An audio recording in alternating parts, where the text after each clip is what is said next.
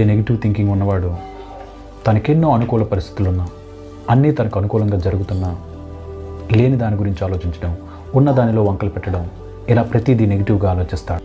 ఒకతను ఉదయాన్నే తన దగ్గర ఉన్నటువంటి కారుని వాష్ చేస్తుంటే ఎదురింట్లో ఉన్నటువంటి అతను వచ్చి, మీ కారు చాలా అందంగా ఉంది, ఎప్పుడు తీసుకున్నారు? నిన్నటి ఈ కారు నేను చూడలేదు, చాలా బాగుంది అని చెప్పి అతను అడిగాడు.